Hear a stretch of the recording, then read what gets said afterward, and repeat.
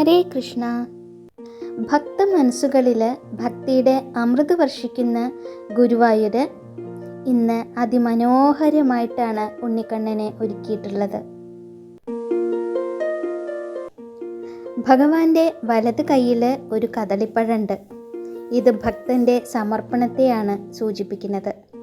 ജീവിതത്തിലെ കയ്പും മധുരവും ഭഗവാന് നിവേദിക്കുമ്പോൾ അത് പ്രസാദമായി മാറുകയാണ്. ഇടത് കൈയിൽ വിശ്വത്തെ മുഴുവൻ മോഹിപ്പിക്കുന്ന ആ പൊന്നോട കുഴലാണ്. ശൂന്യമായ മുളന്തണ്ടിനെ സംഗീത സാന്ദ്രമാക്കുന്നത് പോലെ നമ്മുടെ ശൂന്യമായ മനസ്സുകളെ ഭഗവാൻ തൻ്റെ ചൈതന്യം കൊണ്ട് നിറയ്ക്കുകയാണ് ചെയ്യുന്നത്. ഒരു കൈയിൽ അന്നവും മറു കൈയിൽ കലയുമാണ് ഭഗവാൻ വഹിച്ചുകൊണ്ടിരിക്കുന്നത്. അത് ജീവിതത്തിൻ്റെ പൂർണ്ണതയെയാണ് കാട്ടിത്തരുന്നത്.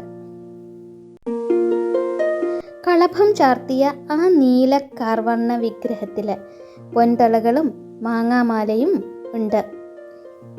നെയ്വിളക്കിൻ്റെ പ്രഭയിൽ ആ കൈവളകളും തോൾവളകളും ഇങ്ങനെ മിനുങ്ങുന്നുണ്ട്.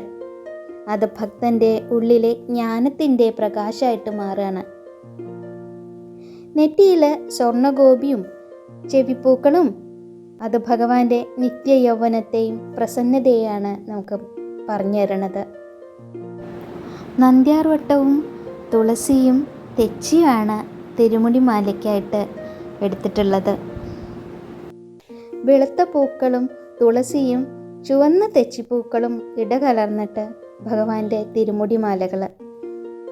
ശ്വേതവർണം പരിശുദ്ധിയും തുളസി ഭക്തിയെയും തെച്ചി കർമ്മത്തെയുമാണ് സൂചിപ്പിക്കുന്നത്.